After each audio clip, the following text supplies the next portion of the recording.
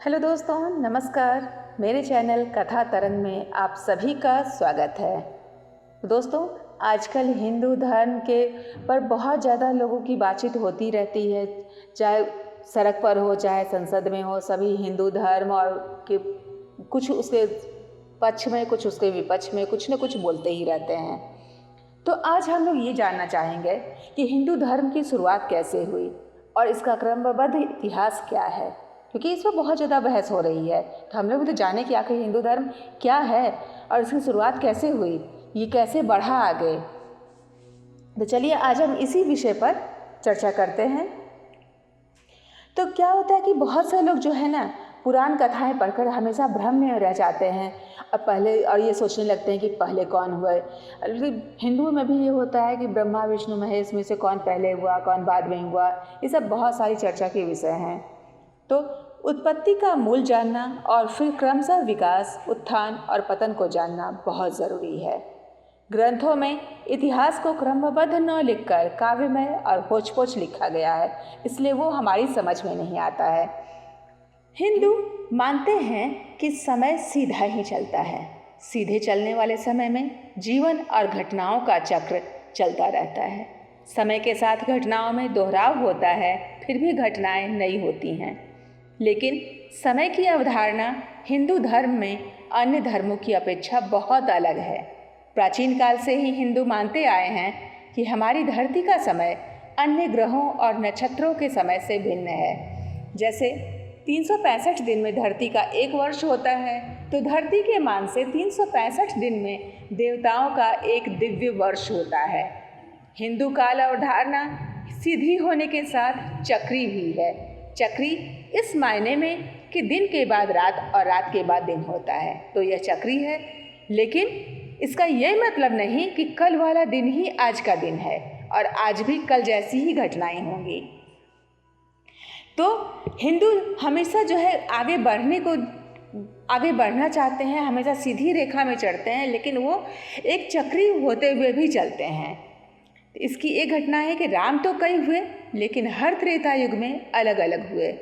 मतलब कि ढेर सारे युग हुए, ढेर सारे त्रेता युग हुए, हर त्रेता युग में राम हुए, लेकिन हर त्रेता युग के राम अलग अलग हुए और उनकी कहानी भी अलग अलग है। पहले त्रेता युग के राम का दशरथ नंदन राम से कोई लेना देना नहीं है। ये तो ब्रह्मा विष्णु और शिव ही तय करते हैं कि किस युग में कौन राम होगा, कौन रावण होगा, कौन कृष्ण होगा और कौन कंस होगा। तो ब्रह्मा विष्णु और महेश जो है यही सब चीज़ को डिसाइड करते हैं। लेकिन इनसे भी ऊपर एक ताकत है जिसे कहते हैं काल ब्रह्म। यह काल ही तय करता है कि कौन ब्रह्मा होगा, कौन विष्णु और कौन महेश। काल ब्रह्म ने कई विष्णु पैदा किए इस धरती पर। इस तरह से जो है काल ब्रह्म सर्वोपरि है। हिंदू काल निर्धारण 4 युगों में होता है। 4 युगों का मतलब 12,000 दिव्य वर्ष। ये 4 युग आप लोग जानते ही हैं, सतयुग, त्रेता युग, द्वापर युग और कलयुग। ये 4 युग हैं। 4 युग मतलब 12,000 दिव्य वर्ष हुए। इस तरह जो है 71 युग होते हैं और 71 युग का एक मनवंतर होता है और 14 मनवंतर का एक कल्प होता है। तो एक कल्प अर्थात ब्रह्मा जी के लोक का एक दिन होता है। आप इसी से समझ सकते हैं ब्रह्मा जी का दिन कितना विशाल होता है। विष्णु पुराण के अनुसार मनवंतर की अवधि 71 चतुर्युगी के बराबर होती है। ये मैं नहीं कह रही हूँ, ये विष्णु पुराण में लिखा हुआ है। इसके अलावा कुछ अतिरिक्त वर्ष भी जोड़े जाते हैं। एक मनवंतर मतलब 71 चतुर्युगी मतलब 8,52,000 दिव्य वर्ष। तो इसी से समझ सकते हैं मानव का कितना वर्ष होगा। मानव के हो जाएंगे 30,67,20,000 मानव वर्ष। फिलहाल 6 मनवंतर बीते हैं। अभी तक सिर्फ 6 मनवंतर बीते हैं और ये 7वां मनवंतर चल रहा है। जिसका नाम वैवस्वत मनु का मनवंतर है। यदि हम कल्प की बात करें तो अब तक महत्कल्प, हिरण्यगर्भ कल्प, ब्रह्मकल्प और पद्मकल्प बीत चुका है और यह 5वां कल्प वराह कल्प चल रहा है। अब तक वराह कल्प के स्वयंभू मनु, स्वरोषित मनु, उत्तम मनु, तमास मनु, रेवत मनु, चाक्षुष मनु तथा वैवस्वत मनु के मनवंतर बीत चुके हैं और अब वैवस्वत तथा सावर्णी मनु की अंतर्दशा चल रही है। सावर्णी मनु का आविर्भाव विक्रमी संवत प्रारंभ होने से 5631 वर्ष पूर्व हुआ था। तो इस प्रकार हिंदू धर्म के इतिहास को बहुत सारे लोगों ने लिखा है, बहुत सारे इतिहासकारों ने लिखा है। लेकिन आजकल आप जानते ही कि नेट का युग है। यहाँ बहुत ही लंबी चौड़ी बातें लिखने से लोग सोचते हैं कि शायद लोग समझ जा रहे हैं, सबको समझ में आ जा रहा है। हाँ, तो लोग आजकल नेट पर ही ज़्यादातर देखते हैं क्योंकि लोग हमेशा जो है मोबाइल में बिज़ी रहते हैं। इसलिए नेट पर क्या हो रहा है कि लोग आसानी से समझा करके बता रहे हैं, क्योंकि अब किसी के पास भी किताबें पढ़ने की फुर्सत नहीं है। मुझे नहीं लगता है कोई भी, बहुत सारे लोगों ने बहुत सालों से कभी कोई किताब छुआ भी होगा, लेकिन मोबाइल उनके हाथ में हमेशा रहता है। तो इसलिए अब सभी लोग क्या करते हैं कि जो है किताबों से पढ़ करके उन्हें अपना जो समझ में आता है, इतिहासकार भी अब यही कर रहे हैं कि वो सभी अपनी चीज़ों को नेट पर डाल रहे हैं। हिंदू धर्म के प्राचीन इतिहास को किसी मानव की उत्पत्ति से जोड़कर नहीं देखा जा सकता। जैसा कि दूसरे धर्मों में आदम से इतिहास की शुरुआत होती है और फिर क्रमशः मूसा, ईसा और मोहम्मद तक समाप्त हो जाती है। तो इस प्रकार उनका जो दूसरे जो धर्म हैं, उनका इतिहास एक जगह से शुरू होता है, एक जगह पे ख़त्म होता है। लेकिन हिंदू धर्म, सनातन धर्म इतना बृहद है, इतना विशाल है कि वो उसकी उत्पत्ति कहाँ से हुई है, इसका एक मनुष्य जो है इसका छोर नहीं लगा पाता है। क्योंकि आप देख ही रहे हैं कि कितना लंबा है कि मनवंतर और कल्प इस तरह से जो है, जब से जो है ब्रह्मांड की उत्पत्ति हुई है तब से हिंदू धर्म की उत्पत्ति हुई है और तब से वो लगातार सतत चलता चला जा रहा है। तो इस प्रकार से हिंदू धर्मानुसार मनुष्य पहली बार नहीं जन्मा तथा उसका अस्तित्व कई बार मिट गया।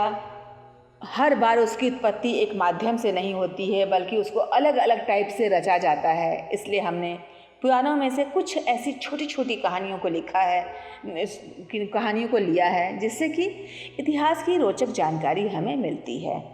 तो चलिए पहली कहानी की ओर चलते हैं। पहली कहानी जो कि ब्रह्मा, विष्णु, महेश और स्वयंभू मनु का काल, इसमें बांटा गया है। तो चलिए इस कहानी को सुनते हैं। हालांकि ब्रह्मा, विष्णु और महेश की कथा को शिव के भक्तों ने शिव को आधार बनाकर लिखा, तो विष्णु के भक्तों ने विष्णु को आधार बनाकर लिखा। कहा जाता है कि एक बार जब भगवान शिव से जब पूछा गया तो आपके पिता कौन हैं, तो उन्होंने ब्रह्मा का नाम लिया। और फिर पूछा गया कि ब्रह्मा के पिता कौन है, तो उन्होंने विष्णु का नाम लिया। और जब उनसे पूछा गया कि विष्णु के पिता कौन है, तो उन्होंने कहा कि मैं स्वयं हूँ।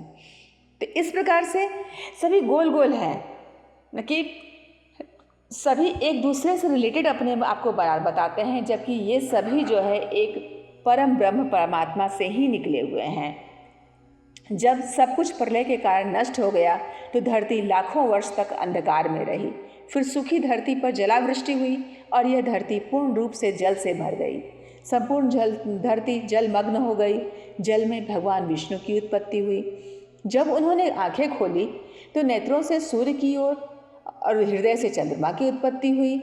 जल से विष्णु की उत्पत्ति होने के कारण इन्हें हिरण्याभ भी कहते हैं। हिरण्य अर्थात जल और नाभ अर्थात नाभि, यानी जल की नाभि। इस नाभि से कमल की उत्पत्ति हुई। मतलब कि पहले जल में भगवान विष्णु की उत्पत्ति हुई, फिर उनके विष्णु के जब आंखें खोले तो उसे सूर्य और चंद्रमा की उत्पत्ति हुई। उसके बाद उनकी नाभि से कमल की उत्पत्ति हुई और जब कमल उस जल के ऊपर खिला तो उसमें से ब्रह्मा जी की उत्पत्ति हुई। फिर उनके माथे से ही एक ज्योतिर्लिंग प्रकट हुआ, जो टूटकर जब बिखरा तो उसमें से महेश की उत्पत्ति हुई। दोनों ने पूछा, मैं कौन हूँ? तब विष्णु ने उनको सृष्टि के विस्तार का आदेश दिया। इस काल में एक ओर जहाँ जल में एक इंद्रिय और एक रंगी जीवों की उत्पत्ति हुई, वहीं असंख्य पौधों और लताओं की उत्पत्ति हुई। इसी तरह मेरु पर्वत से जब कुछ जल हटा तो यही एक इंद्रिय जीव वहाँ फैलकर तरह तरह के रूप धरने लगे। ये जीवन क्रम विकास के क्रम में शामिल हो गए। जब यह सब ब्रह्मा की घोर तपस्या और अथक प्रयास से संभव हुआ, तब ब्रह्मा ने एक ऐसे जीव की उत्पत्ति करने की सोची जो अन्य जलचर, थलचर और नवचर जीवों की अपेक्षा अधिक बुद्धिमान हो, अर्थात खुद ब्रह्मा की तरह हो। यह सोचकर उन्होंने पहले 4 सनत कुमारों को जन्म दिया, लेकिन वे कुछ नहीं कर पाए। वे चारों भी ब्रह्मा की तरह तपस्या में लीन हो गए। तब ब्रह्मा ने 10 मानस पुत्रों को उत्पन्न किया। वो मानस पुत्र हैं वशिष्ठ, कृतु, पुलह, पुलत्स्य, अंगिरा, अत्रि और मरीचि। और उनसे कहा कि आप मानव जीवन की उत्पत्ति करें, उनको शिक्षा दें और परमेश्वर का मार्ग बताएं। बहुत काल तक जब ये ऋषि तपस्या में ही लीन रहे, यह देखकर स्वयं ब्रह्मा ने मानव रूप में स्वयंभू मनु और स्त्री रूप में सतरूपा को जन्म दिया। उन्होंने तब उन दोनों को मानव जाति के विस्तार का आदेश दिया और कहा कि आप सभी धर्म सम्मत और वेद वाणी का ज्ञान दें। वेद ईश्वर की वाणी है। इस वाणी को सर्वप्रथम 4 क्रमशः ऋषियों ने सुना, अग्नि, वायु, अंगिरा और आदित्य। परंपरागत रूप से इस ज्ञान को स्वयंभू मनु ने अपने कुल के लोगों को सुनाया। फिर स्वरोचित, फिर औत्तमी, फिर तामस मनु, फिर रैवत और फिर चाक्षुष मनु ने इस ज्ञान को अपने कुल और समाज के लोगों को सुनाया। बाद में इस ज्ञान को वैवस्वत मनु ने अपने पुत्रों को सुनाया। इस तरह परंपरा से प्राप्त यह ज्ञान श्री कृष्ण तक पहुंचा। हिंदू धर्म की शुरुआत की कहानी में सबसे पहले ब्रह्मा और उनके पुत्रों की कहानी का अधिक महत्व है। उसके बाद विष्णु और महेश के शिष्यों और भक्तों की कहानी का अधिक महत्व है। महेश ने ब्रह्मा के पुत्र दक्ष की बेटी सती से विवाह किया और विष्णु ने ब्रह्मा के पुत्र भृगु की बेटी लक्ष्मी से विवाह किया। इस तरह ब्रह्मा, विष्णु और महेश ने संपूर्ण धरती पर देव, दानव, दैत्य, राक्षस, मानव, किन्नर, वानर, नाग, मल आदि हजारों तरह के जीवों की रचना की। उल्लेखनीय है कि स्वयंभू मनु के कुल में भगवान ऋषभ देव हुए। ऋषभ देव स्वयंभू मनु से 5वीं पीढ़ी में इस क्रम में हुए। स्वयंभू मनु हुए पहले, फिर प्रिव्रत, फिर अग्निघ्र, नाभि और फिर ऋषभ। ऋषभ देव ने प्रजा को जीवन के निर्वाह हेतु असी मसी कृषि, वाणिज्य, विद्या, शिल्प आदि की शिक्षा दी। इनका नंदा व सुनंदा से विवाह हुआ। इनके भरत व बाहुबली आदि 100 पुत्र हुए। भरत के नाम पर ही इस भूखंड का नाम भारतवर्ष पड़ा। इस प्रकार से ये पहली कहानी है। हम लोग नेक्स्ट वीडियो में दूसरी कहानी के विषय में सुनेंगे।